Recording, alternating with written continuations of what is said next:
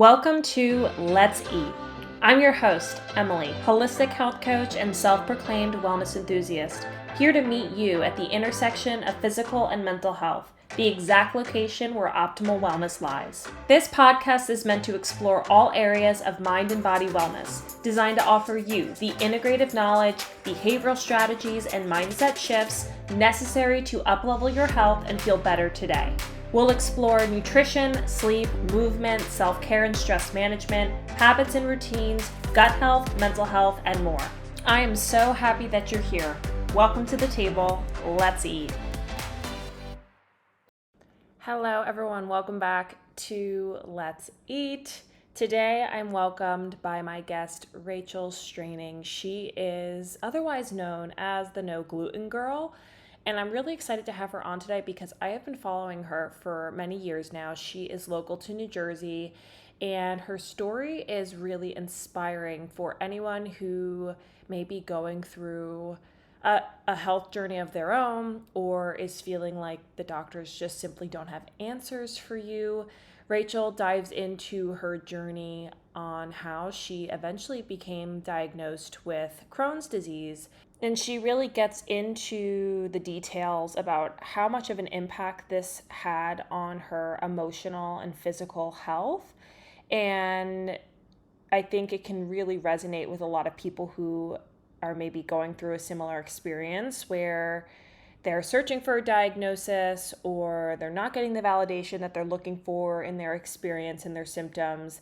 And so she really details what that was like for her and then talks about how she now shares on her platform and has been sharing for several years gluten-free recipes, dairy-free recipes, and how she's trying to essentially share with others that you can still make all of your favorite foods in a way that can be supportive of any particular dietary restriction that you might need to follow. And this probably sounds familiar because this is very much my philosophy when it comes to creating healthier recipes. And sharing recipes and sharing the food that I'm eating is to really showcase that, healthy eating does not have to be boring. And there's a lot of ways now, especially in 2024, that you can make all your favorite foods with real whole foods, with dairy-free ingredients, with gluten-free ingredients, and so forth, and they can still taste delicious and they can still be nourishing, and that all of that can exist at the same time. So Rachel goes into that and how she created an online cookbook and really, wants to promote this message to the world that,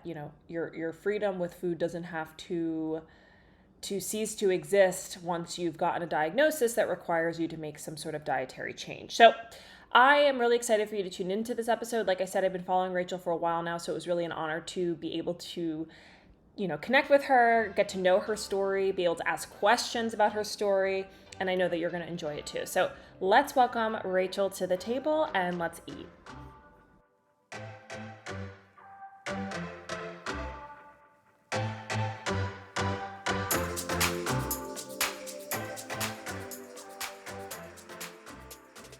Hi, Rachel. Thank you so much for being here today. I'm super excited to dive in. Hi, thank you so much for having me. I'm so excited as well. I think this is going to be a really great combo. I'm excited. I couldn't agree with you more. So let's get right into your health journey. You have quite the story, and I have been following you for a while now. So I've learned a lot about, the ins and outs of what it's looked like for you and your personal experience. But I'd love for you to share with the audience your health journey specifically. Yeah, absolutely. So I was diagnosed with Crohn's disease in 2014 now. I think I was 16. Okay. So a little over 10 years now. And it was the summer before my senior year of high school that I was finally diagnosed. But it took about 2 years prior to that Yeah. to get the right diagnosis. I remember I went on homebound instruction my sophomore year of high school because I was too sick to make it to school. And then Mm, my junior year, when you have junior prom and the yeah. ACTs, all those really stressful things as well. Sure. I was in the hospital for 2 weeks just trying Yeah. to get answers as to what was going on with my Sure. body. Sure. Yeah. Wow. And at such a time in life where you just want to be young and have fun and be in high school and, so tell me a Yeah. little bit about with that specific experience, what were doctors saying to you? I'm just curious about, what kind of feedback you were getting from the healthcare system.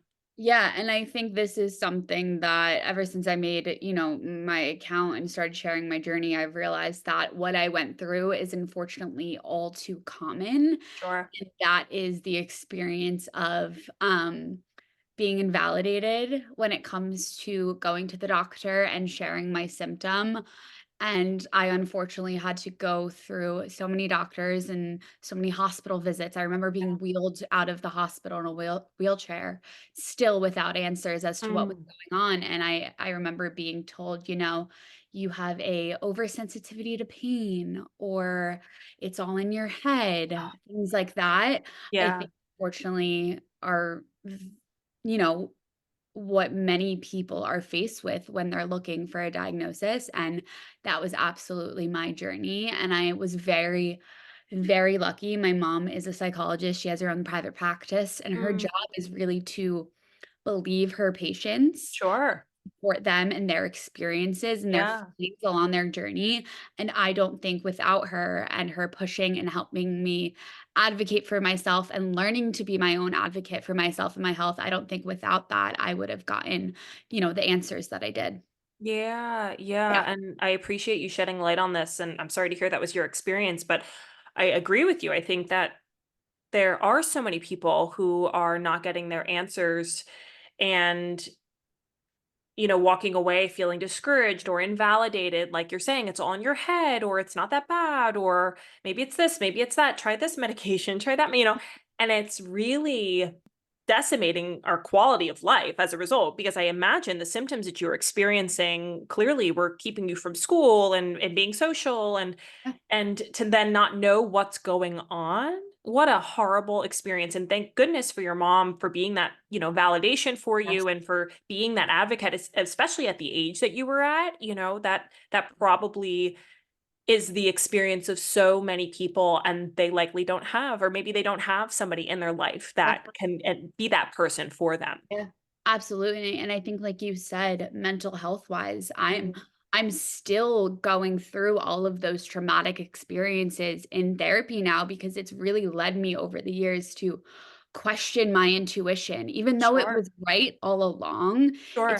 really planted those seeds of doubt in my head of, when I was going through that, am I crazy? Am Yeah. I, feeling something and it's actually not what I think it is? Sure. But at the end of the day, we really do know our bodies Yeah. best, and I think that's something that my mom instilled in with me, and I was just really lucky to have that advocate on my side and Yeah. to learn how to advocate for myself as well, which I've been, trying to do now in my older age, just trying to ask questions at the doctor, not just Yeah.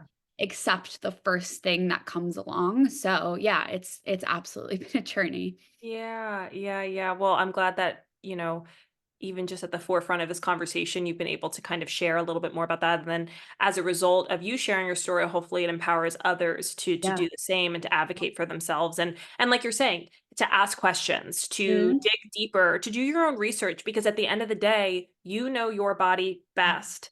And so someone can tell you all day long, it's this, it's that, or we don't know, or we need to do more testing, and lead you down all of these different rabbit holes. But you know your body the best, and Yeah. so you ultimately are going to be your own best doctor. You might not have the degree, you might not have the experience and so forth, but understanding something's not right, and Yeah. I don't care how much you tell me that everything's okay, something's not right here. Yeah. So Yeah. whether they're overt symptoms like I'm sure digestive discomfort and stomach discomfort and so forth, or just kind of like a general feeling of like, I don't feel right, this is just Mhm. not normal, both are valid, and seeking Yeah. out further support, seeking out answers, seeking out clarity, and really doing your own deep dive in your health. I think, all of us could really use that and that Yeah, reminder. So I'm glad that you brought that up. absolutely, and I think it's this kind of catch-22 of I don't want there to be something wrong, Yeah. but I know that there is, so I just want the answers so that I Sure. can find the best path forward for Sure. me and my body, and one of the stories that I try to really tell is I remember it was the colonoscopy that finally got me my diagnosis, I remember waking up groggy coming out of the anesthesia, and the doctor looked at me and said, "Everything looks good." And it was almost like I wanted there to be something wrong so Yeah, badly that I yeah. broke down in tears hearing that, and it actually wasn't until the biopsy of that colonoscopy came back that they found the Crohn's disease. So Mm, without that biopsy yeah, having been done, I don't even know how many years would have been added sure, on to that diagnosis journey. So that's something I tell a lot of people as well, because there are doctors who aren't even doing the biopsies, and sure. that could be something that's missed. And then they get that feeling of getting the answer of everything looks great, and something is Is wrong. it So right? Yeah, it's just yeah, it's a difficult situation, absolutely. But I hope that, and sharing these stories and talking with you, it kind of teaches people that your patient experience is so valid. sure. Absolutely. Couldn't Yeah. agree with you more. So let's segue into what your diet was like Yeah. growing up. Kind of fill me in on what your experience was like with nutrition in your upbringing. Yeah, so it's interesting. I played sports my entire life. I came from a family of athletes. My whole family went to college for sports. My dad and my mom actually met at one of my dad's college basketball games. So it's ingrained in me, that kind of sports nutrition growing up. So I Mm, really never had, necessarily a diet full of sugar or too many sure. carbs. Like it was very balanced. Okay. Which is kind of another reason why my diagnosis was such a shock, Sure. because there was nothing necessarily wrong with my childhood growing up. I did realize that, I had a lot of sinus infections growing up, Me and you both, girl. and I was put on so many antibiotics Yes. Oh my gosh. because what I've realized is that's, like, a really common experience. Sure. Yeah. And, of course, as a child, you just want to feel better Yeah. soon, and your parents just wanna give you the best care possible, Sure. so you don't know any of this, so that was kind of like a little thread that Okay. went throughout my childhood, Yeah. but other than that, it was pretty standard, and the interesting thing was I played, lacrosse up until my diagnosis, and the interesting thing was I was still eating normally, but the one thing that started to happen was, really intense joint pain. Okay. So that was kind of the first signal that something was wrong, and Sure. what I learned is that, Crohn's disease is not just a bathroom stomach disease, like, it Yeah. affects so much more than that, and for me, my first telltale sign was this really debilitating joint pain, which is also so interesting because that's not a sign that many people look out for. So, Sure. my diet was fine, my stomach was fine growing up, Yeah. almost until it wasn't. Yeah. Okay. Yeah. Interesting, right? That there can Yeah, be manifestations of some of these diseases that are otherwise maybe categorized as something else or to be yeah, in one area. And now you it can share like you experienced it in a different way. And yeah. so then was it thereafter that symptoms arose digestively? Yeah, Okay. exactly. So it started with the joint pain, and then I kind of was diagnosed with fibromyalgia because they couldn't really Okay. figure out what it was. Yeah. So that was kind of slapped on me as a diagnosis, and then the stomach stuff started, and we're Okay. like, "Okay, there has to be an underlying root cause that is connecting Sure. all this," and it really felt like the stomach flu 24/7. Oh my And it goodness. would go away for a day or 2, and then it would come back, so it really never went away, and Yeah. now we know those were Crohn's flares, as I Yeah. call but I really thought I just was catching the stomach bug left and right. I Yeah. remember Yeah. my junior Yeah. prom, I was throwing up, like, the week before, and I was like, "I don't even know if I'm gonna be able to make it." So Yeah. it was kind of like that for 2.5 years, yeah. Oh my goodness, I can't even imagine. So, as it relates to like your level of nourishment, how did you function in that way if you aren't able to maybe replenish and I mean Yeah, any kind of relief it sound to me was pretty minimal and how yeah, did you keep up with that? I think that that could be pretty I mean honestly pretty life threatening yeah. if anything, you know? Absolutely, and I remember, that's kind of what happened when I ended up going to the hospital because I would get dehydrated so Sure. quickly, and it would be forever unless I had an IV of fluids to kind of get me back, Sure. But the biggest thing I would say was at the time, I didn't know about this diet. I found it out a few years later, but I kind of was doing the phases of it without even knowing. It's called the SCD diet, the specific Mm, carbohydrate diet. okay. And what it kind of does, it just has these phases. So Okay. when you're flaring, I ended up doing a lot of what it was talking about in like the first phase, which is bone broths and cooking everything almost down to mush. Yeah. A lot of scrambled eggs, a lot of like purees. Like I was honestly eating like baby food Baby food. Yeah. because it was really the only thing my stomach could handle. And Okay. really, heartbreaking to look back and think about how much of my life I spent um navigating that. And I was Yeah. I was very malnourished. Sure. Absolutely. Yeah. Sure. Yeah. Okay. Yeah, that was just the first thing that came to Yeah. mind really is, when you are experiencing symptoms like that, whether it's, not being able to eat or just not being able to keep food in your system, Exactly. that's immediate. I mean, you think about when you get sick, right? Like, and you're just Mhm. sick, like you said, the stomach flu for a week. What kind of dehydrating experience that can be for Yeah. you, and then the process to get back to where you're feeling like yourself again, but to Mhm. have that just persistently, I just can't even imagine. And Yeah. what kind of experience that must have been like for you, and then not really knowing what was going on. I think that was the hardest part too, because it's like now, if it were to happen, it's really upsetting, but Yeah. I know what it is. Sure. I kind of have this roadmap now to what steps to take. Sure. Um, Back then, it was just like life shattering. And I felt Yeah. like every time it would happen, I would get further and further away from this goal. And also, the thing is, when you're that depleted physically and emotionally, it's hard to show up for yourself Of and to course. continue to, fight for those answers. So, I Yeah. definitely was also dealing with not only like the physical malnourishment, but also the emotional side of that, like the depression, the anxiety. Of It was course. almost like your worst nightmares health-wise were happening, and then you Yeah. also didn't have the energy to fight it.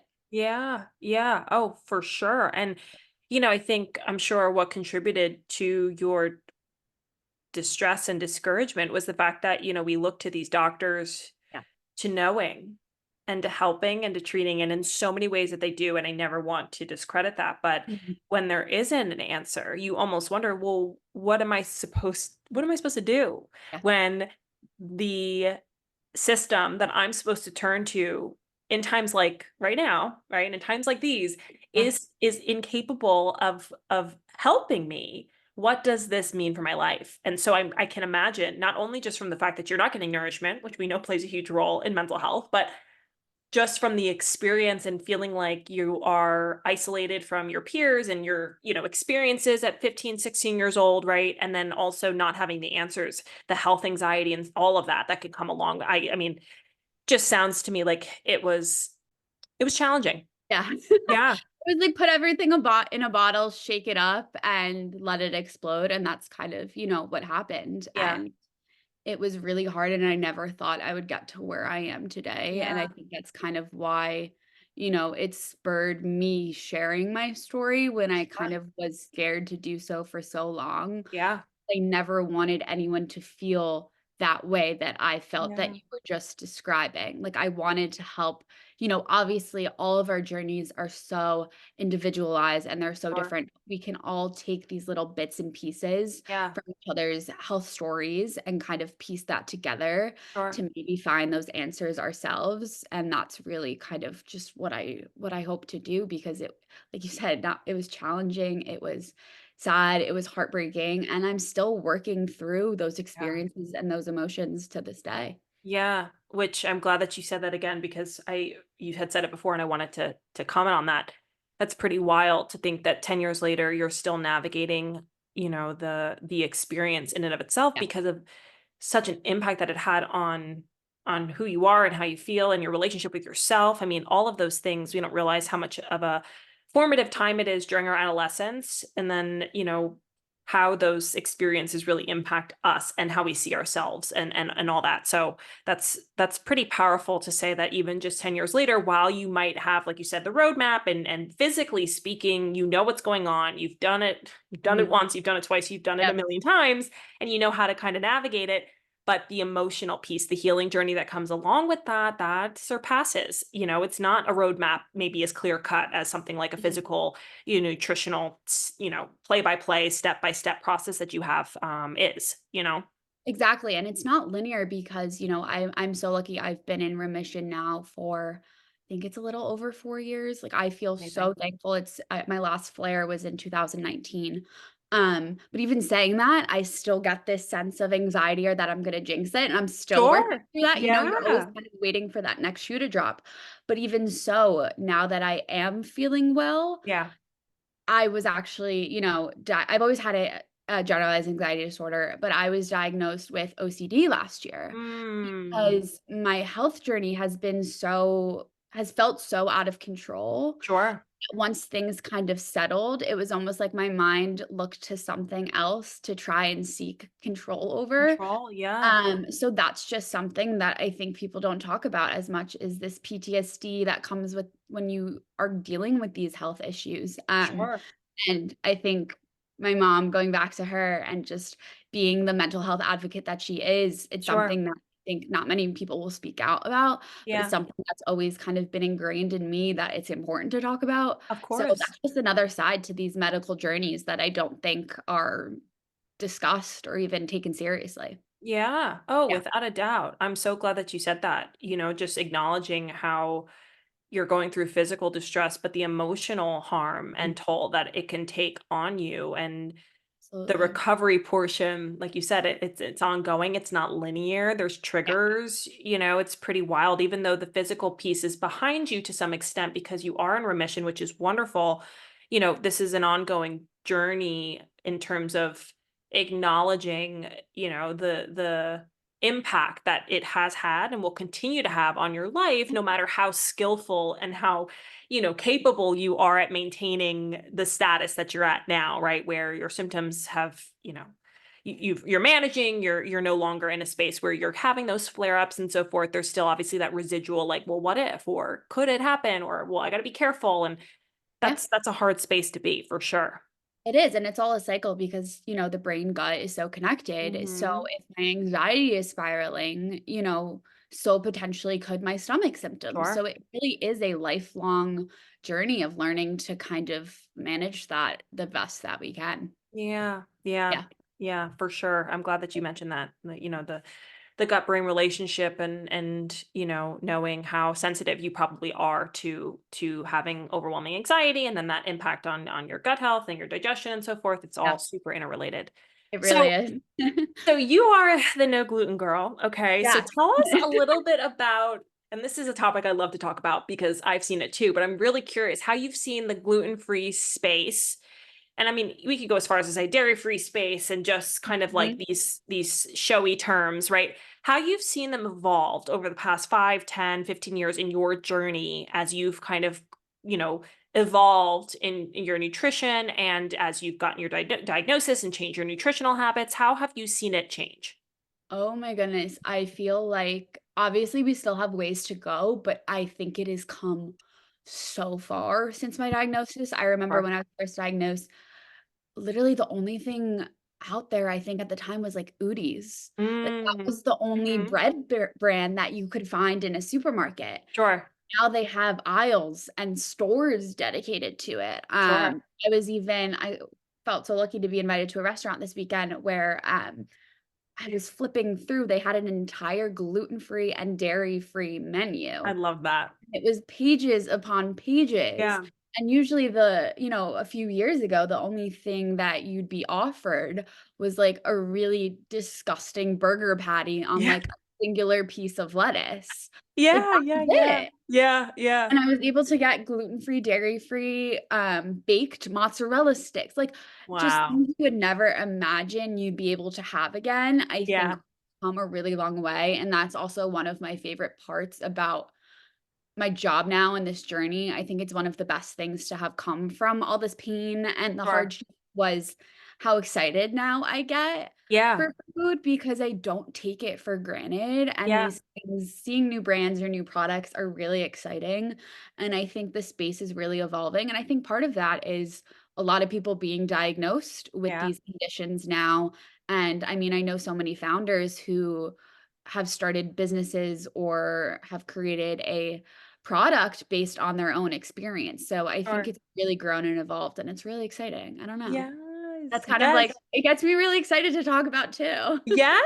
Oh my God. It's so funny. I remember I was watching, I don't know when this was, maybe like last summer or something.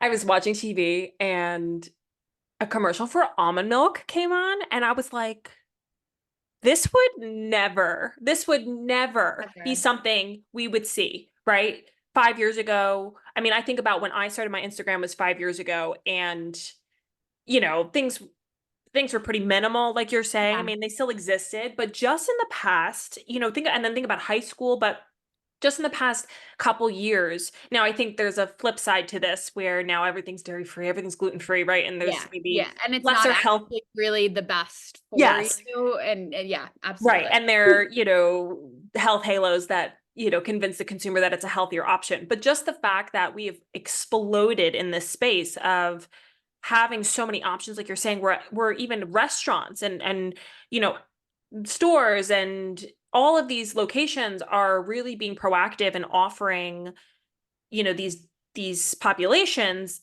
the food that they are able to eat, or Yeah, they're catering to populations that maybe otherwise couldn't have most things mhm, on one menu or another.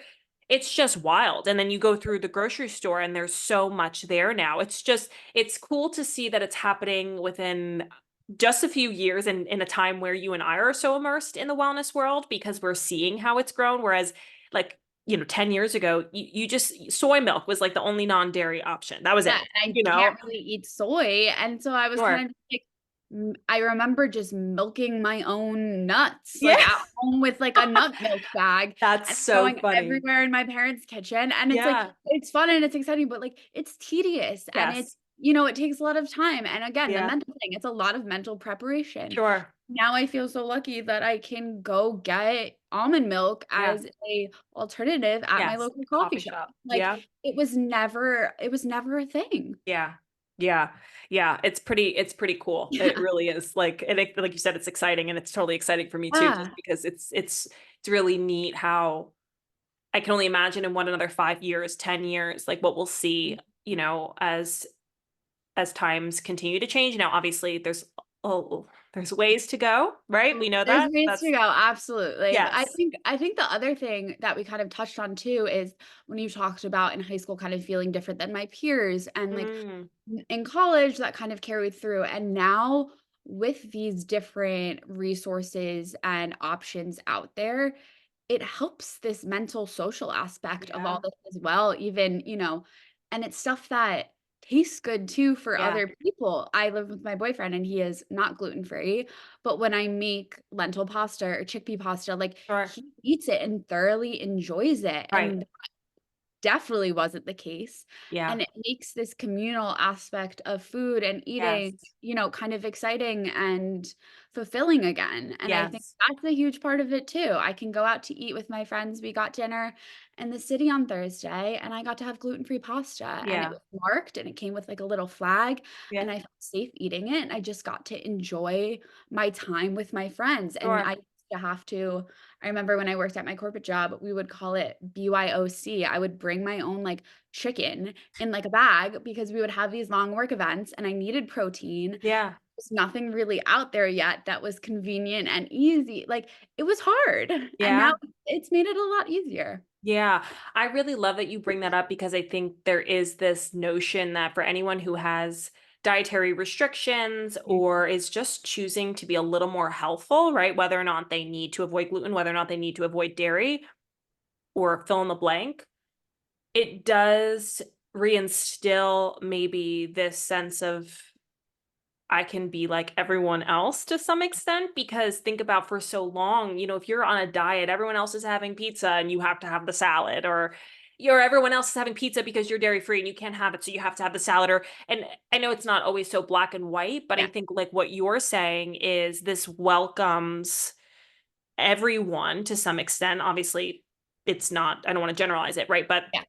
it gives everyone an option so that they do feel like well, I can have the pasta like what you're saying. And even further, I think my other point to this too is like you're saying your boyfriend enjoying chickpea pasta or lentil pasta or whatever the case is, there has to be this dismantling of this narrative that eating better or eating more healthfully is less appetizing, Yeah, which I exactly. know that Mm, kind of segues us into my next yes. question for you, because I think that this is such an important topic, and this is part of like my mission in the world is to really dismantle this belief system that healthy eating looks a certain way, because I think for so long that's the diet culture narrative that we've been taught, that it is Mhm. just chicken and broccoli or salads and so forth, and it's just not the case. And I think all of us would be so much happier in the space of nourishment if we just started to recognize this and stop believing that we have to restrict ourselves so much, and that balance is so important. And there are options like chickpea and lentil based pastas, and the list goes on, right? So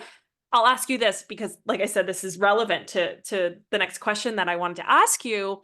You talk on your website how when you received your diagnosis that you weren't going to be able to eat the foods that you love, right? Which I think is a very common fear for people when they're told that you need to cut out this and you need to cut out that, which, understandably so, I think as human beings, that reaction is normal. When someone tells you you can't eat this anymore, that's when you're going to want it more, right? I have a girlfriend who had to go gluten free and she was really apprehensive about the experience. And she said it was the best thing she's ever done. And she's super happy that now that she's done it, right? So I'm just thinking about her in particular. But how have you navigated this fear and then overcome this fear Mhm. as it relates to your own journey?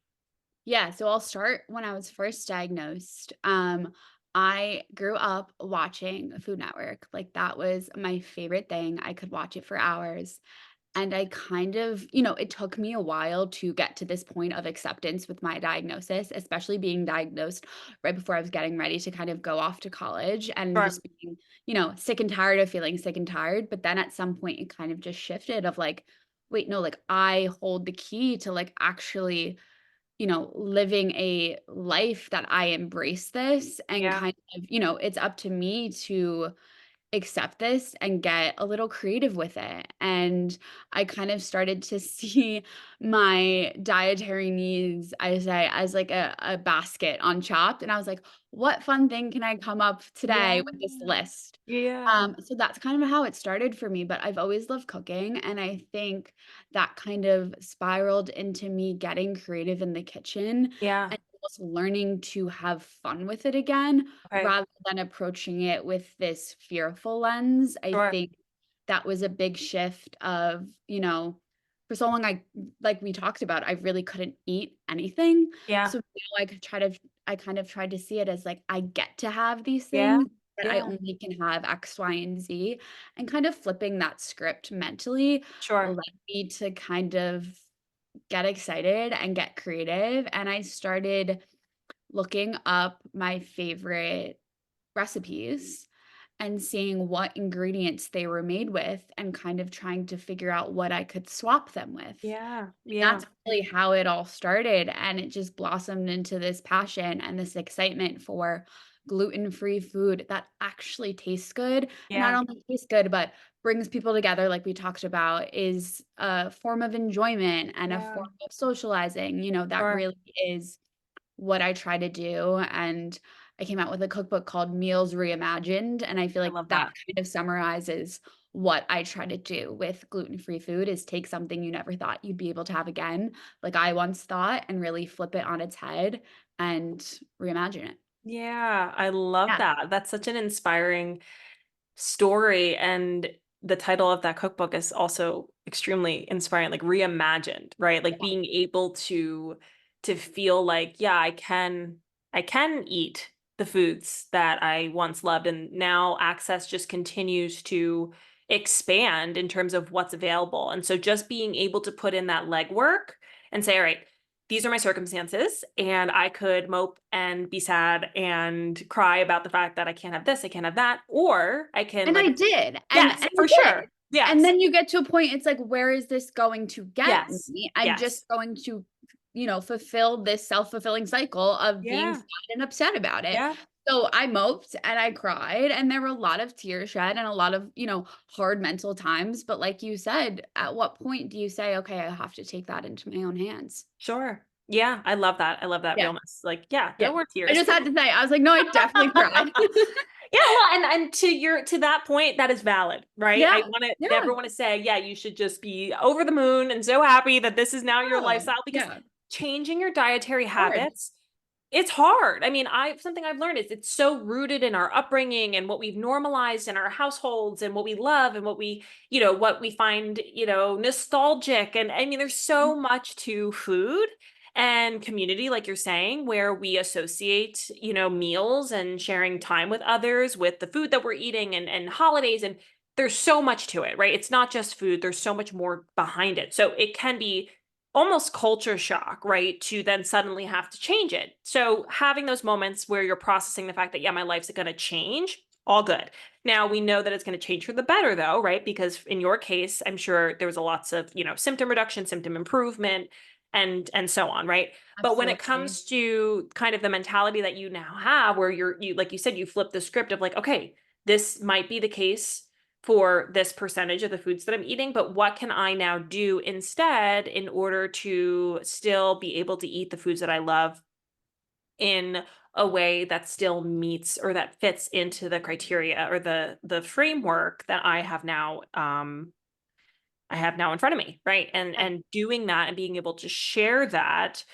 You have a platform now where you share your recipes and you're very, open about how possible it is, which obviously from your own experience. So what's that been like for you, being able to share this through your Instagram and through your platforms and being able to empower others in this particular area of health that I think is a lot of times not discussed? Yeah. Yeah. Honestly, like, it has been so healing. Yeah.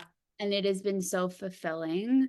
Like I said, I wanted to be that person that I needed when I was younger. Yeah. And when it comes to the food thing, I enjoyed cooking and figuring out how these recipes kind of fit with these substitutions. So it was like, let me do that legwork for you. Yeah. And then you can kind of just follow a recipe and Yeah. it's easier for you. But even sharing my health journey or the recipes, I think it's all about feeling connected and feeling like other people understand what you're going through. Sure. Because when I was in high school going through all of this, I felt so isolated and so alone. And I never want anyone to feel that way. So I really started it because I felt alone and Yeah. because I wanted to see if there was anyone else out there following, these dietary needs or dealing with the health symptoms I was going Sure. through. And it's really now blossomed into me kind of also giving that advice or sharing my experience. And it's grown into something more incredible than I ever could imagined. Yeah. Yeah. Yeah. I love that.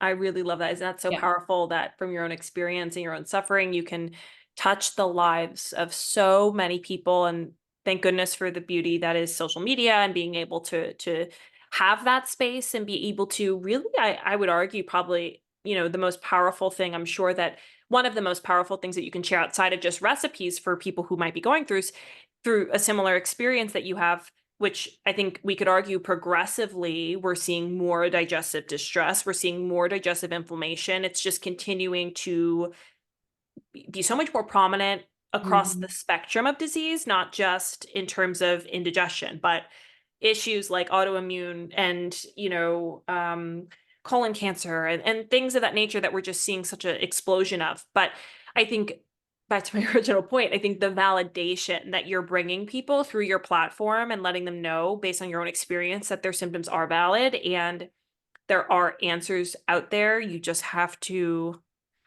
sometimes it takes times and Yeah. sometimes it takes time and you just have to tune in, listen to what your body's telling you. I think that in and of itself, I think spans so far beyond any recipe you could give them just because they finally, for the first time, maybe feel like, okay, wait, it's not all in my head. This is Mhm. actually something I'm going through. And even if I've seen, my 20th specialist, right, or whatever the case Yeah. is, there's someone else who's been there, who's done that and kind of sees me in this.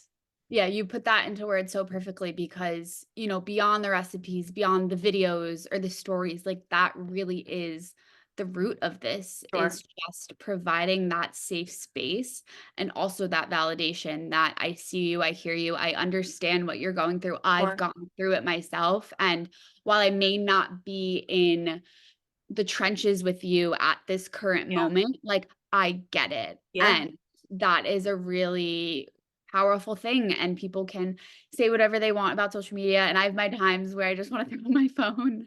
Yeah. It drives me a little crazy, and I need time off, but, like, to have these conversations with people locally or Yeah. in different countries Yeah. or wherever it may be, to know that they feel seen and heard, it's all I could ever Yeah. ask for. Yeah, yeah, I feel Yeah. like I'm healing also part of my younger self in doing all of this too. Sure. Yeah, Yeah, I love that. I love that, and the impact that that could have, I think, goes far beyond anyone who might be able to give someone a diagnosis or a medication or a treatment plan, right? Just being able to have that community with others and be able to be an outlet for them. I think that that goes so far beyond, what we traditionally see as healing. It's like you're saying for you specifically, but also for those that you're influencing, you when I know? was first diagnosed, I thought I was the only person on Yeah. this planet. Yeah. It's so not true, but you feel like you're on a tiny little island all by yourself and to connect with people, and it's even turned into friendships in real Yeah. life, and people that I go to, on a daily basis or before my colonoscopy, they send me, like, these pump up texts, and they're like, Yeah. "You got this," like, they get it, or they send me, like, little tips and tricks. Yeah. It's life-changing. Yeah. It's changed my life. It really Yeah. has. It has. As Yeah. much as I hope I can, like, at least just help one person, it's also helped me Yeah. exponentially.